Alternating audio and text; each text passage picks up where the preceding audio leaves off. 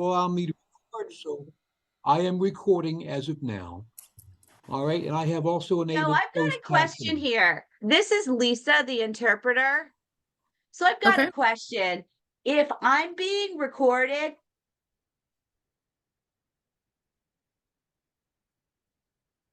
and Val's saying, good question, Lisa. I just let her know my question. Yeah. And so, yeah, Val's saying this is great, that it can be recorded, that deaf people can watch it. But are you voice recording? Are you recording the ASL version of this? And what's it going to be used for? Because I have concerns as the interpreter that I have no preparation, and this is a different meeting than if you sent me information before. My purpose is for information for town clerks, also for the Vermont Secretary of State, and this would be information both for VCIL and Disability Rights Vermont. And I will make sure that I go slow because remember, I've done this now as a member of the media for 50 years, so I will make sure that all of your rights are protected. And if something doesn't feel good, please let me know.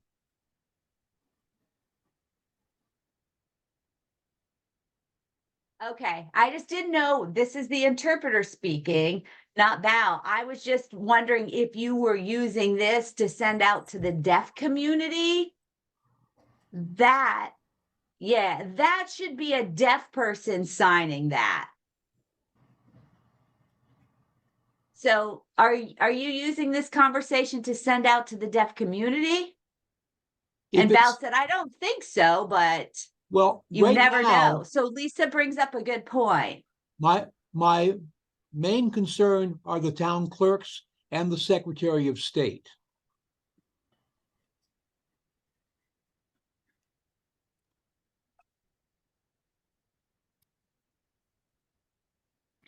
Go ahead.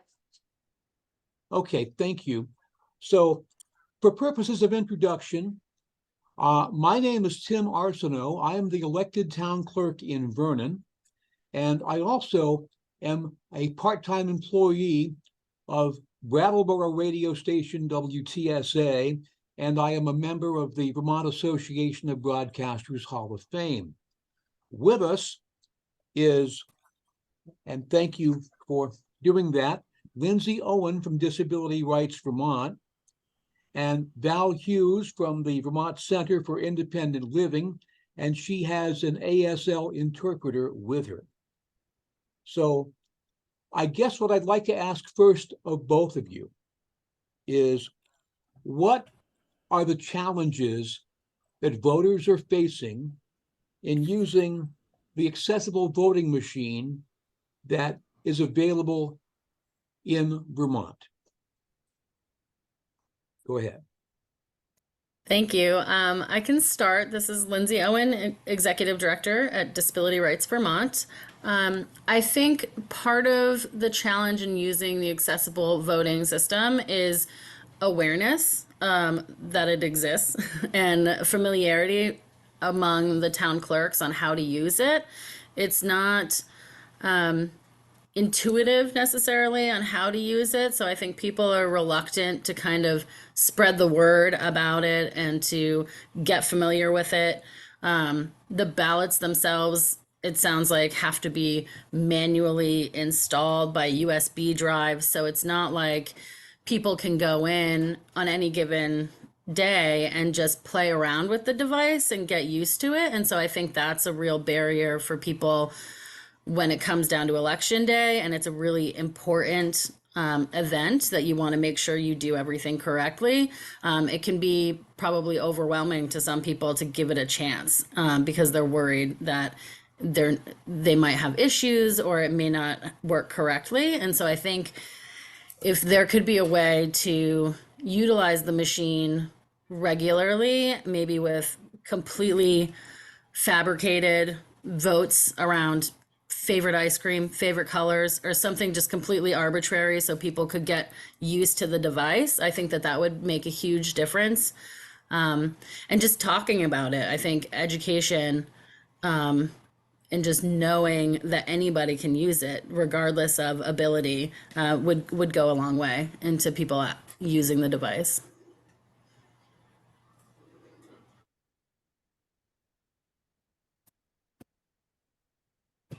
Val? Okay, and so hi, I'm Val Hughes. I'm independent. I'm in Deaf Independent Program Coordinator, working for VCIL, Vermont Center of Independent Living. I work all over the state. I work with a range of consumers who would identify as deaf, hard of hearing, late deafened. So I work all over the state. Some people use ASL as their primary language. Some people do not sign at all. So my primary concern is for deaf, blind citizens trying to use these machines.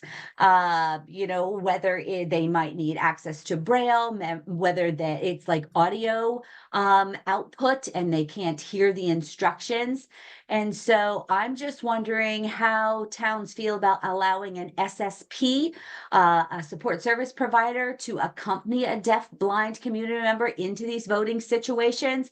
I'm wondering if that's allowed, if that's not allowed. So I guess that's my primary concern, the deaf blind community and accessing their right to vote.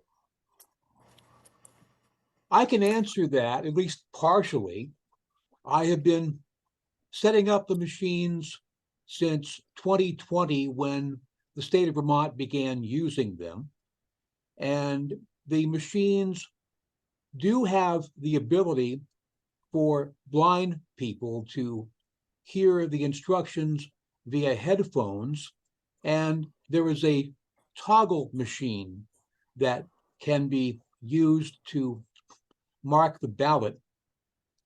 And people at the polling places would put the ballot itself in a printer, and you could fire off the printer, and it would be able to have happen.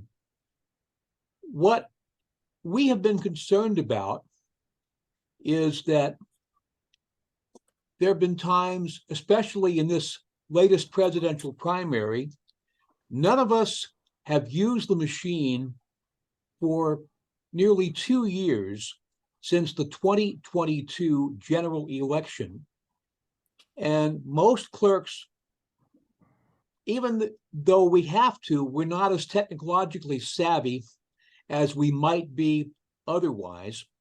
We spent a day at a training in which Lindsay had been involved with, and then we got one of these, a thumb drive with the latest information to download onto the tablet.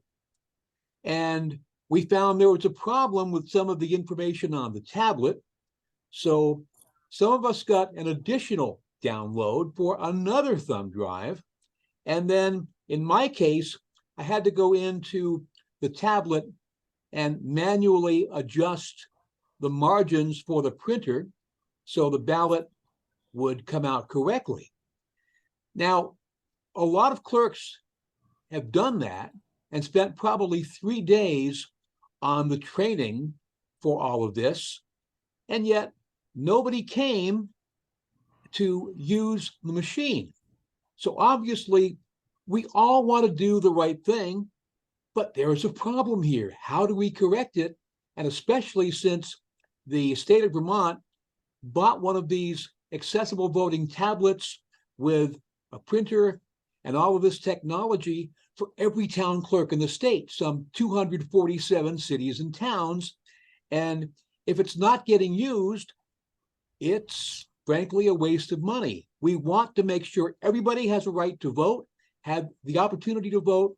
We want you all to know about it, and maybe this is the start of people knowing about it.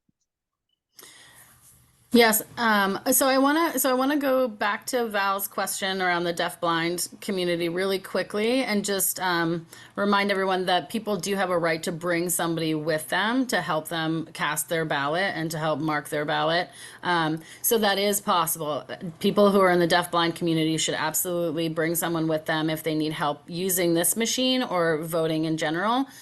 It cannot be, I think, your employer or your union representative. Other than that, like, it can be your friend, it can be your parent, it can be whomever, whatever support person you have. So, and Tim, I think we had this conversation, and I appreciate this meeting. We talked a lot about, I think, people just knowing what their rights are, and a lot more education around the different ways that people can vote and all of the support that exists or that can exist for someone to participate in the electoral process. And I think that's what's really needed right now is just, I've been attending some civic engagement meetings, and it's really about just motivating and generating hope from our different community members that their votes really are important. And, you know, we're here to help them participate to the fullest extent possible. And that includes using this machine. I mean, it's fantastic that these machines exist. They should be used. Just because they're not being used, you know, I certainly wouldn't want the state to do away with them because we want to make sure that things remain as accessible as possible. But I think it's a matter of getting the word out there and then somehow making its use less rigid. It seems like it's a great machine, but it also at the same time feels a bit like antiquated. Like you have to manually insert this flash drive and then, you know, use this specific printer, and it seems less accessible in that way. So I think it's a matter of just using it and trying to like work those kinks out. And maybe it's a conversation that needs to happen with Democracy Live around creating these additional ways to use the system and get familiar with it, like the ballot that I had suggested earlier in this meeting. I have a response, but I want to hear from Val first.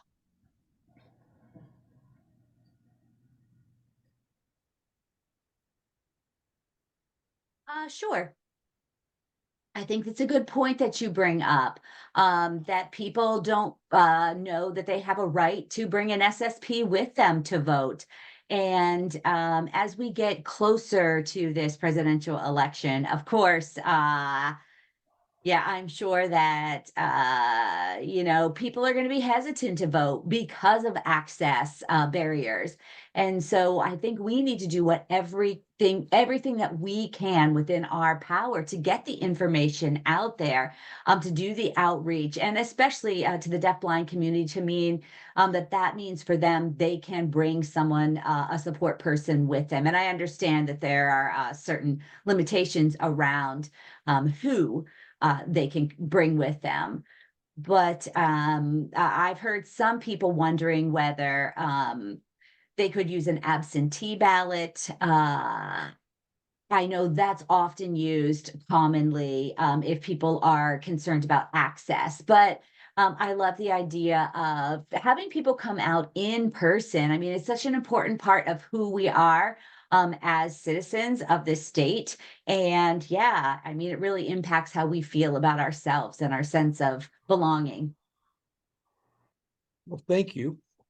I would go further to the point of we would like to see groups like VCIL and Disability Rights Vermont host regional trainings. And I know that the Secretary of State wants to find a way for more people to know and also to do this because, quite frankly, it's the law. Everybody needs to have access. And we want to make sure that you all have it, but to do it in a way that doesn't frustrate anybody and to minimize the problems that we are currently having. So I will be glad to pass on to my association and to the Secretary of State's office that there are things we can do.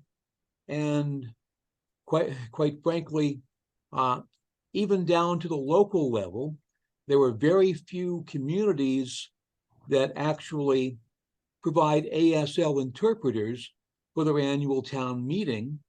And everyone needs to know that they have a right to ask at least 24 to 48 hours in advance. Absolutely. And in the last 3 years, I have done that here in Vernon, a town of only 2,300 people, where there are some deaf adults living. And Usually the town of Brattleboro does that, and they are both the former home of the Austin School and a town of 12,000 people. So it makes sense to provide access for anyone who wants to do that.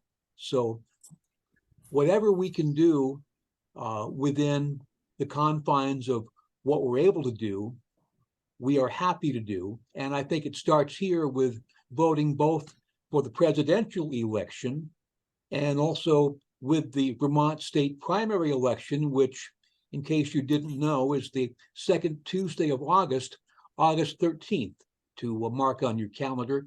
We should be doing things in advance of that election, since the Omni tablet ballot will be available for that election as well. Thank you, Tim. Disability Rights Vermont would gladly do some educational trainings or just outreach to different communities around what folks have a right to request and how to participate. We do every 2 years during a presidential, or every 2 years we do a voter's guide for people with disabilities. And so we include a lot of information in that booklet that talks about how to participate in the process, what the process looks like. But it's only as good as the hands that pass it out, kind of, so it exists. It's something that we put out there, but I think what us as a group and as community partners need to do is really promote those types of materials and be proactive and saying like, hey, and not questioning like, do you have a disability? Then read this. But really for anyone, I mean, it's a great educational resource that just says, hey, the election's coming up, take a look at this material. If there's anything you need or you have any questions, let me know. Because otherwise we distribute them pretty widely to different designated agencies.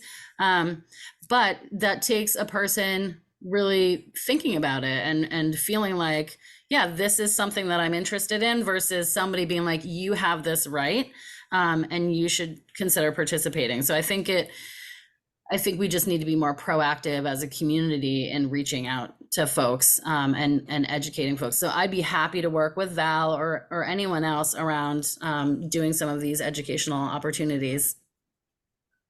Sure, sounds good to me. Yeah, and I'm really happy to partner with you, Lindsay. And yeah, I mean, we've worked together in the past. So, of course, a big hearty yes to doing that. And I wouldn't mind doing a vlog, so a video blog, if you will, for the deaf community. And we can caption it. And so we can get that link out to people. So it's in the deaf community's native language. We can figure out how to make it accessible to deaf blind people. But we definitely need to promote this as much as possible. You said the Vermont state primary is coming up in August, that second week. And really, I want to get on that as soon as possible and start doing the outreach for our communities.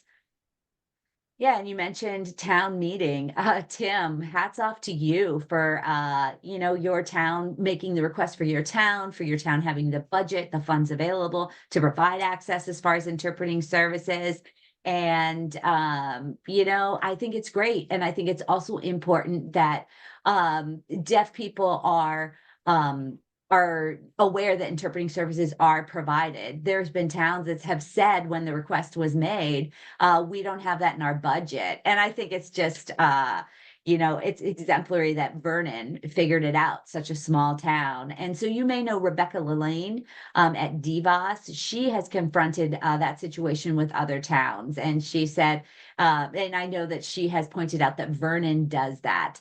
And so there are many people across the state, deaf community members, deafblind community members, who have asked, and in essence, the town has tried to deny them that access. So that's another piece that I would like us to see working in collaboration on to resolve that as well. So town meeting day and access, not just voting. Well, thank you. So the question is, where do we go from here? I would like to take this back again to the Clerks Association and to the Secretary of State.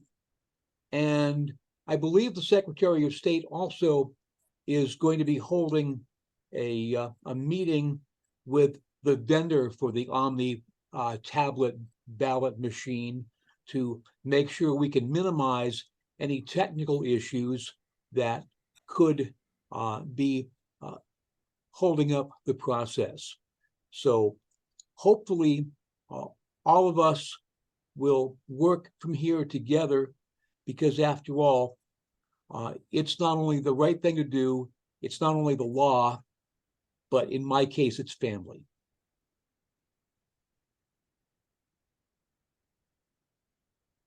Agreed. Um, Yes. Yes, I agree.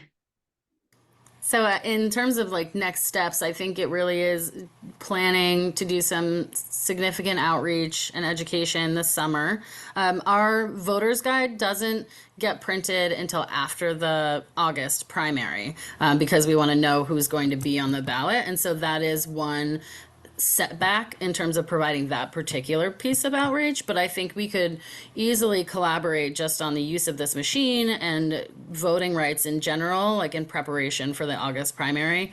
And I can work with the Secretary of State's office. I mean, it is, as you said, Tim, it's the right thing to do, it's the law, and it's about our families, but I also think it's to date that hasn't seemed to be enough of a motivator. So I'm like, I wonder if we make some sort of like, what can we offer as sort of an incentive? Like, be on this list like Vernon of really great towns that just get it, that get inclusivity, that get accessibility. And I think being proud of your town and your ability to welcome everybody who lives in it, we gotta try and find a way to incentivize that more, so that people are like, yeah, like this is kind of a daunting, clunky machine, but it'll be really great for the few people that want to come in and use it, and we should be proud. As I live in Morrisville, so I would love to motivate my town to really embrace its use and educating people. And I think there's a few steps. Definitely this summer. I love traveling in the summer around Vermont. So I think it's, boots on the ground, traveling and just opening up our doors in different towns to use this system. And it's a conversation with the vendor around piloting some sort of mock ballot that people can come in and play around with. Because it is not an intuitive, pretty system. It's this clunky box that I think can kind of intimidate people.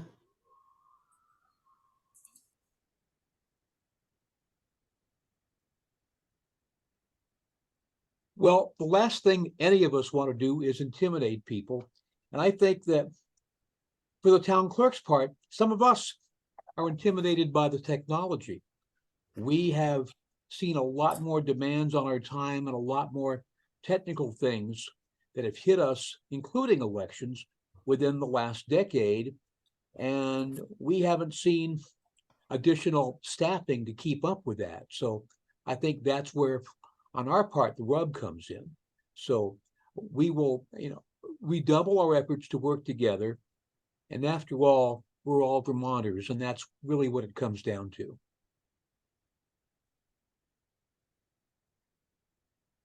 Agreed. Great comments, Tim. I think it's a great idea to have a training or kind of a time 2 or 3 weeks before any election, an open house, if you will, where folks can come in if they're hesitant about using the technology. Like you said, make up a mock ballot. What's your favorite ice cream? Something like that. And just let people actually experience the technology before voting day. I think that would go a long way in helping bring people in. And it sounds silly, but I'm even thinking of including ice cream, right? Doing like an ice cream social. I recently was attending events and legislators were talking about, it sounds a little bit silly, but they're more likely to engage in public events if food is provided. And so I think we have to be mindful of like what's going to draw people in. Absolutely. Like let's make this exciting and, enticing and just call it Call it like it is. I mean, if you offer people free ice cream, you're going to get more people to show up, because I think there is still, unfortunately, a lot of stigma around having a disability, and sometimes particular types of disabilities. There's a lot of so much stigma, so that people sometimes don't even want to identify as having a disability. So I think if you frame it in a different way, and it's not about ability or disability, and it's about just participating in this process, regardless of who you are, and have some free ice cream in July, then I think we'll get a lot more people.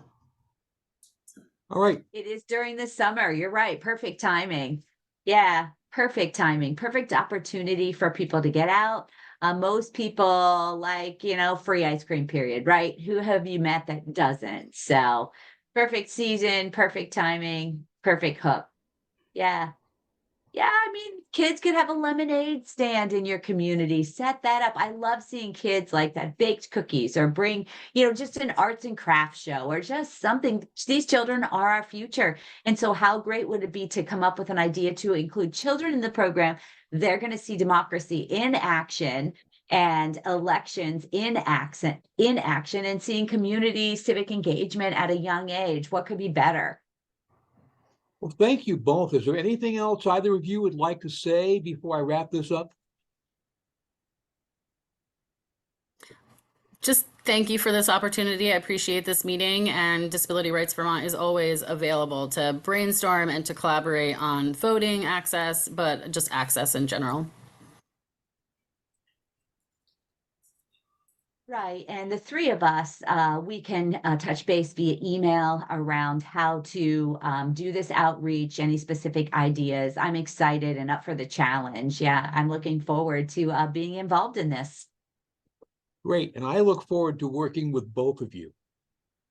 Thank you both for your time and your attention Yeah, to this. thank you. And I hope you all have a great day.